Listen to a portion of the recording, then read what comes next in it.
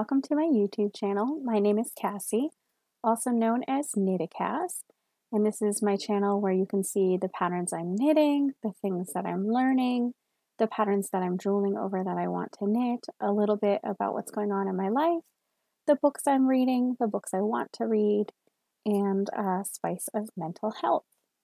So welcome, grab your favorite beverage. I've got my cup here. I'm going to put some Pepsi in it. This is from my sister. It says earned, RN. I recently got my RN degree over the summer. So this was her graduation present to me. So go ahead and grab your favorite beverage, grab your knitting project, crochet project, cross stitch project, whatever you're working on, and come join me for a little bit. So first of all, I'm in a different area of my house. I'm trying to make sure that I have enough light, and I'm trying to do it during a good part of the day where it's quiet. I do have 4 busy, happy kids. It's the weekend. It's Saturday, January 30th. My husband's home. We're doing a little bit of a movie marathon. So I thought I would tuck myself away in my room. I'm currently on my bed, hanging out with my baby Yodas, my Madeline doll, and some of my Harry Potter collection that I just started. And this is Callie's tail. She came to join me today. My favorite finished object, you've already seen it on my podcast. This is the Slip Stravaganza shawl by Stephen West. It was a mystery knit along, and I finally blocked it. I don't know if you can see it in here. The honeycombs don't look as blocked on the camera, but they're pretty blocked. And all the stitches nice and relaxed. It helps spread out some of this striping honeycombed stuff here. It really accented this part of the knitting. And I could have put these into triangles, but I kind of like the rounded shape. I steam blocked it, which made it nice and quick. I weaved in all my ends this morning, and it is ginormous. So this is going to be perfect when I'm cold and I'm knitting or reading, or around the campfire. We do a lot of campfires with my mom and my sister. Sometimes my brothers will come along. So this will be really cozy and fun to hang out with around the fire this summer. So that's my first finished object. I don't have a lot. I really have been spending more time reading and working than I have knitting. So my next finished object, actually it's not even a real finished object. I did 1 square on my Cozy Memories blanket, and I don't remember what square it was.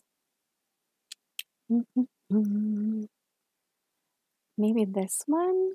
And I don't even know what yarn it is. It's just a scrap yarn I've had hanging around. I have no idea the color. I have a bunch of little minis that I need to wind up today, so I'll probably do that later.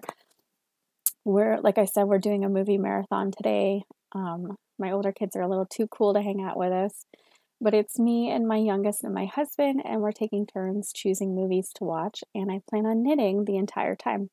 And because I have so many whips, I think I will do work on a whip during one movie and then change it to a different whip, and keep doing that and see how much progress I can make today. So for whips, I have so many things still. So this thing is kind of a languishing whip, which means that it's been hanging out with no progress. This is the Dotted Ray shawl by Stephen West. It's one of his simpler shawls. It's got some eyelets in here, and it slowly gets bigger and bigger. I started with the Bobolic yarn, which I can't remember the name of it, but it was a monumental yarn that signified COVID and staying home. I wish I remember the name of it. So my local yarn store was carrying it. There's actually 2 skeins. They look pretty similar, so you can't really see them. Oh no, it's this one. Kind of white, blue, and purple. And then there's this one, which is bright. It's got peaches, orange, pinks, a little bit of purple in it. And then this is my blood orange margarita color that I dyed from a knit crate. And I actually think over the summer I might do some more dyeing with some food coloring and kind of play around with that and see what I come up with, because it's just kind of fun. So this is my blood orange margarita colorway, which is one of my new favorite margaritas that my mom introduced me to over the summer. So hopefully this will get some love today. I'm also still working on my Blorange sock, which is blue and orange striping. And I call it Blorange because I had a stuffed frog and he was blue and orange and I named him Blorange. So now that's the thing. So I'm working on that. I have one sock done, which I've had done forever. I have second sock syndrome. So hopefully that'll get some finishing today. You know, it's an ankle sock, so it's not going to take very long. It's just a matter of actually doing it. And it's on the 9-inch circular, so it's really like quick to just stuck in it. Plain vanilla sock. Ooh, my favorite whip. So I just started this the other day and I cannot put it down. So this is the Stardust Sweater by Dragon Horde Yarns Creation. She is one of my favorite yarn designers. So this design's got some bobbles, it's got some yarn overs that create that nice eyelet, and it's just really elegant. It's knit with one strand of yarn, a worsted or DK, and then one strand of mohair, which I've never worked with before, and it's actually so fun. Actually, I did start working on it on my glove, my mitten that I'm designing. Okay, so for this, I have this pink color coming out a little more orange than it is pink, or a little more purple. It's bright pink. It's like as bright pink as you can get, really. And this colorway is called Crush, and it's by it's the swish type of yarn. It's DK weight. It's from Knit Picks. See if I can do this, and it's called Crush. So that's this color. And then the mohair is so fine. It's like a lace weight, super pretty. Of course, this color's not showing up either, but this is like a rose pink. And this colorway is, I think it's called Blush. Can't find the tag, but I think it's called Blush. So Crush and Blush on the Stardust Sweater. And this is what it's creating. So I have the collar done. It's kind of hard because it's bunched up on here. And I'm working on the raglan increases for the sleeve. And I've got the front panel going so you can see the design.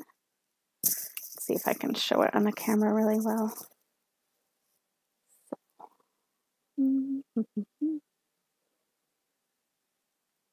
Look at that. Isn't that gorgeous? You get the bobbles, you get the eyelet, and when it's stretched out, it's going to look even better. And it's kind of got this marled look because the colors that I chose are not as similar as I think the colors that she chose. And I didn't like it at first, but I'm really starting to like it. It kind of gives like a vintage look to my sweater. So I'm working on that. That's getting a lot of love. And that's it for whips. I had a customer order a fingering weight decorative shawl in a gray color, and I did pick out the yarn, which is in my acquisitions. It's from Dragon Horde Yarn, of course, and it is on her Myth fingering base. It is called Obsidian Salt. It's variegated. Super pretty. So my customer spends 90% of her time on Zoom meetings for work, and she wanted something that would just kind of accentuate, act like a really fancy accessory. So I haven't figured out what pattern I'm going to use. I'll put a couple of my ideas in here. I'll send some pictures in here so you can see what I'm thinking. So I'll be really excited to finish and send that to her in the mail. I did launch my business, KnittaCass Creates. I have decided that I'm going to do 2 classes. So I would like to teach people how to knit and do some knitting lessons. So I have 2 classes coming up. They're each going to be 1-hour sessions. There's going to be 2 per class. The first class is going to be Knit This, and that's going to be an intro to knitting for any, and you know, it could be for beginners or people who have never knit before. We'll go over casting on. We'll do some basic knit and purl stitches, and depending on what the class wants, we might play around with some increases and decreases, or we might just keep it really simple. and we'll learn about some of the projects you can make with just those 2 stitches without a lot of stress. That might be a washcloth, that might be a hat, that might be a scarf. There'll be a little bit of freedom. So that class is coming up. It's called Knit This. My second class is also going to be 2 one-hour sessions, and it's going to be about making dishcloths, and that will help me make my goal of making, I think I said 12 dishcloths this year. And so it's called Down with the Dishies, which I think is pretty cute. So it will be kind of a fun class that people with some basic knitting or even beginners, if they feel adventurous, can learn. And then you have something that you can use, which is pretty helpful. So there'll be more information on that. If you want to check out my business page on Facebook, I will put it down below and you can check it out there.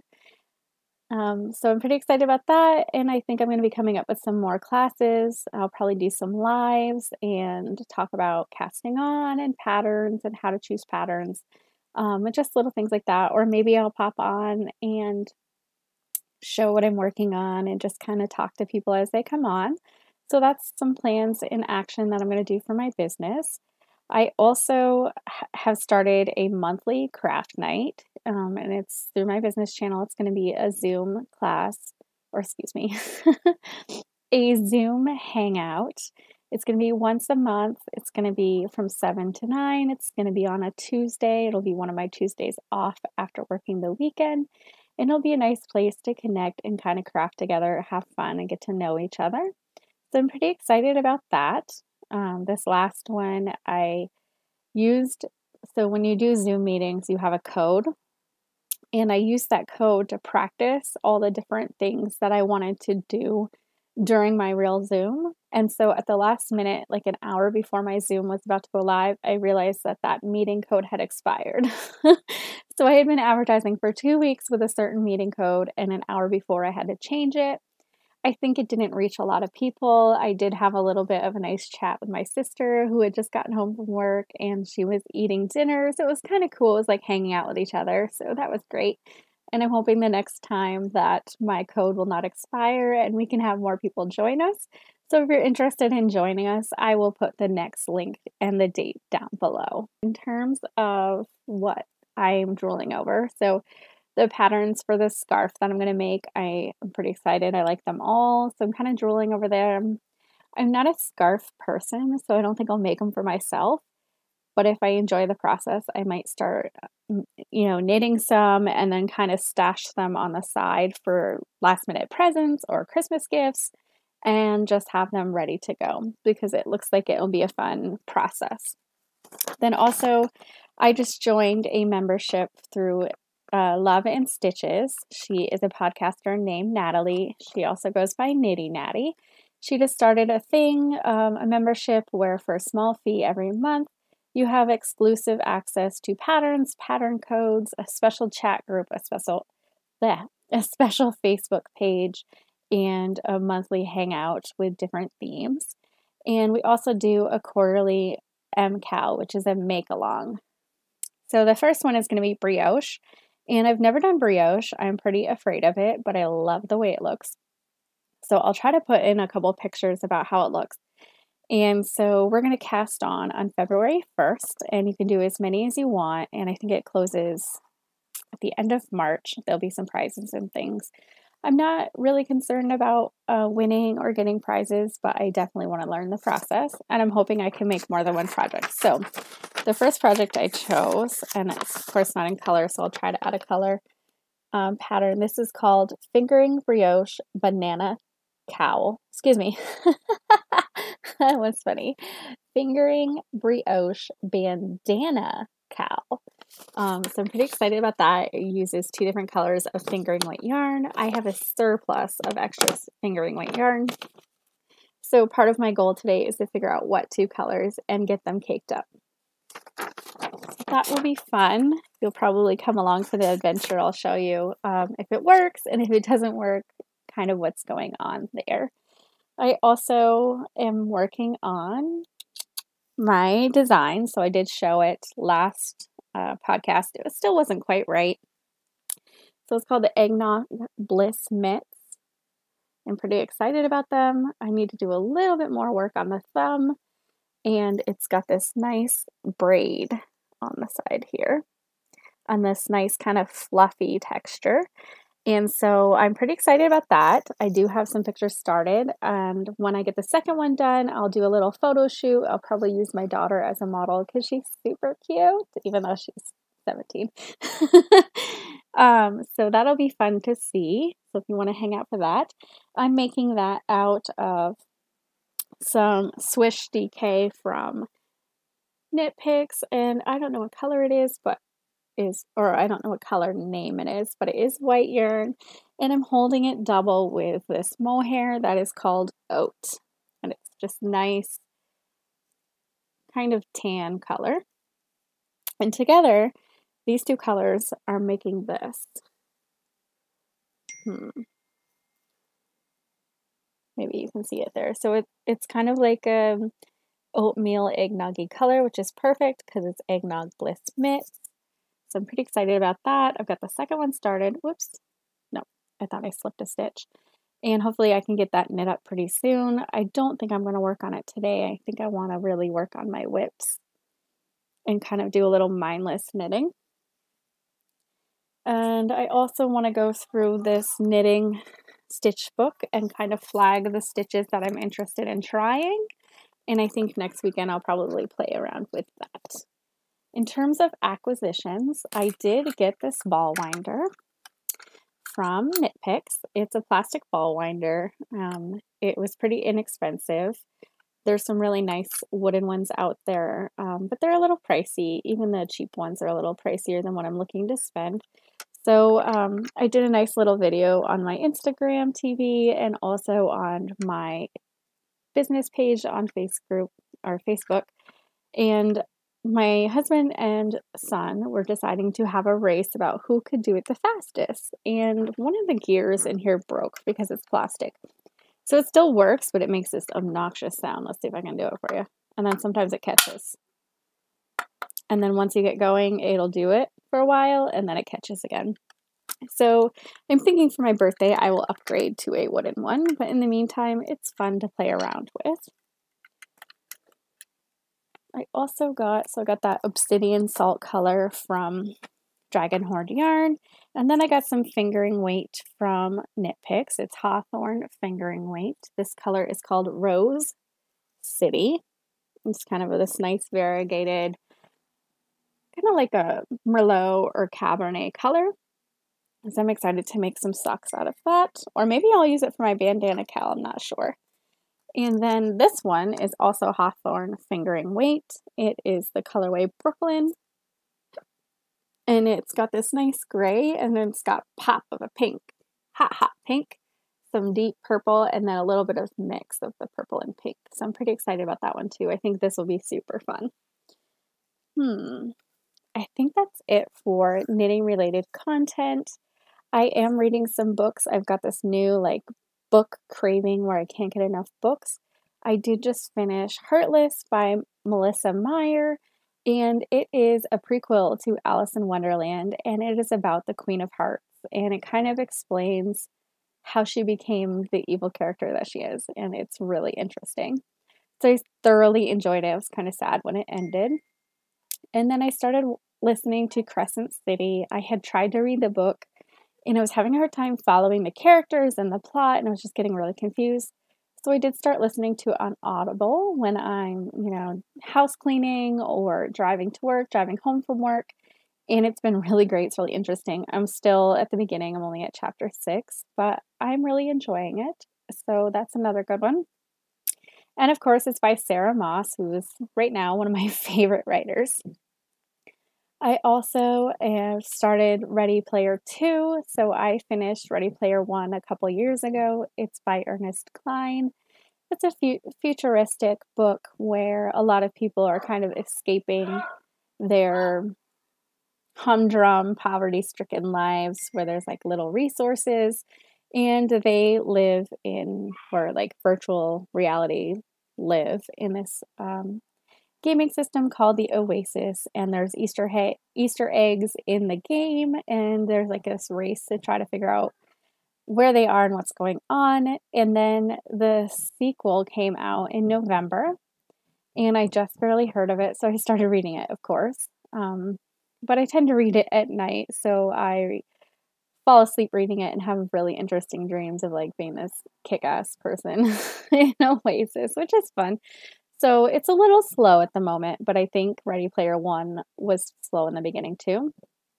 So I'm getting pretty excited about reading that. And then I just started Where'd You Go, Bernadette, which a couple years ago was this huge hot thing where all the book clubs were reading it, everyone was talking about it, and I was just kind of like, I'm not feeling it. So the other day I saw it was $2 where I was, and I thought, you know what, I'm gonna give it a go. Because if I don't like it, it's only $2, and I can, give it to the free library in our next town, and which always gives me joy to put books in there and kind of see what's in there. And then if I enjoy it, I'll be really excited. And then I'll know kind of what all the hype is about from a few years ago. I believe that's all I'm reading. And then in personal life, my husband just got a new job. He comes home every night, which is exciting. He used to leave Monday and come home Thursday or Friday, and we would spend the weekend together, and then he would have to leave again. So this week was the first week where he came home every night. It was so exciting. It took a lot of stress off of me, and it was just so much fun to spend time with him. I do admit the first few days was a little difficult. I have a routine and it just kind of got thrown off. And then I was unable to sleep because I'm not used to sharing my bed, which is kind of funny. But all the kinks have worked out, so I think we're going to be good. He seems to really enjoy it, so I think this is a nice change for the family. My daughter just turned 17. She's my oldest, so that kind of made me feel a little old. But it's also kind of exciting to see her become her own person. And then she got her nose pierced for her birthday, and I went and got my tragus done. And so I'm pretty excited about that. I had it done a while ago, and it didn't heal very well. And I took it out, and it closed up. So I've got it done, and this time it doesn't hurt at all, and it's super cute. The lady who did it said that when I had it done the first time, it wasn't in the right spot. So that might have been part of why it hurt so much. What else is going on in personal life? Oh, we have a baby on the way, not us. So my sister-in-law is going to be having a baby any day, and we're all anxiously awaiting for a text or a phone call and some pictures. So that's been making us really excited. I can't wait to see what she looks like and kind of watch, my sister-in-law and brother-in-law kind of feel the excitement of being first-time parents. So that's going to be really fun. And then in terms of mental health, I've been working on a couple different things. I'm now on a wellness journey, and part of that is losing weight, but another part of that is just really trying to take care of myself and feel better and be healthier.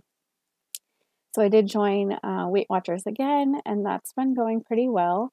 And then I've also been doing Zumba, and I have used that when I've been really upset or angry, and it makes me feel so much better. It also makes me feel like I conquered something. Like at the end of the workout, I feel like a boss. And then the other thing I've been doing is journaling. I'm actually taking like a workshop class through one of my friends who does direct sales and kind of learning a little bit about the different kinds of journaling. I usually just use it as like a diary. Most recently, I made a list of all the things that happened in 2020 that I'd like to share with my grandkids and great grandkids, because even though it was a rough year, there's a lot of things that we're going to be able to talk about that people are not going to understand once it's all resolved. But I haven't really experimented with other things. Apparently, there's this whole world of opportunities for journaling. So I'll be learning how to do that, and I look forward to experimenting with it and seeing what I really enjoy. And then I also just want to say that, it's really important to take time for yourself. No matter how busy you are, who you are, what you do, how many kids you have, it's really important to take a little bit of time for yourself. Even just 10-15 minutes can make a world of difference for just feeling less stressed, feeling happier, feeling content, feeling satisfied, and it really helps you bring your 100% into whatever you're going to do. And then it also kind of beats away like negative thoughts, negative self-talk, and just kind of feeling depressed or overwhelmed.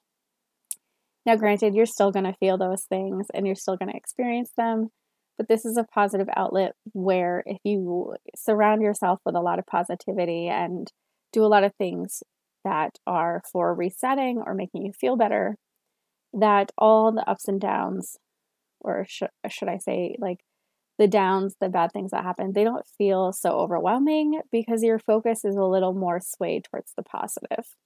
So if you can even just take 15 minutes for yourself, it's going to make a huge difference. And so that's the takeaway I want you to do. I want you to take 15 minutes for yourself. And I know that doing it every day in the beginning is going to be really hard. So even if you just do it once a week on the weekends or your day off, and then slowly add up different days and eventually get to doing it at least, well, every other day would be great, but daily is the best. And it'll really help you. Another thing that I've learned is doing a gratitude list. So that is thinking about 3 things that happened that day that make you feel happy or blessed. And that has been very helpful. I'm actually slowly passing it on to my kids who right now think I'm silly, but I think eventually it'll kick, into high gear. I think they will follow along and seem to enjoy it. We started several years ago, we started a high and low at dinner time called highs and lows. And so we go around the table and you talk about your high of the day. So what was the best part of your day? And then you talk about the low of your day. And it's a really great way to kind of see how people's day went. It's a really great way to reflect on your day, and it starts a lot of conversations, which has been really helpful. So I think because that took a little while, like they thought that was kind of strange. I think we're going through the same process with the gratitude, but I do really think that's something that will pick up. I think that's it. So if you're interested in following me, go ahead and hit the like button, subscribe button. I'll be really excited to have you along and to chat with you next time. You can follow me on Instagram as KnittaCass16. You can follow me on Ravelry as KnittaCass, and you can follow me on YouTube as KnittaCass Creates. I do have a business page on Facebook, which is called KnittaCass Creates. I do have a really great tech editor who is working on a logo for me, so hopefully I'll be able to share that soon. And I hope you do have a great day and you take that 15 minutes for yourself to do something that makes you happy and reset. Thanks for joining me. Bye.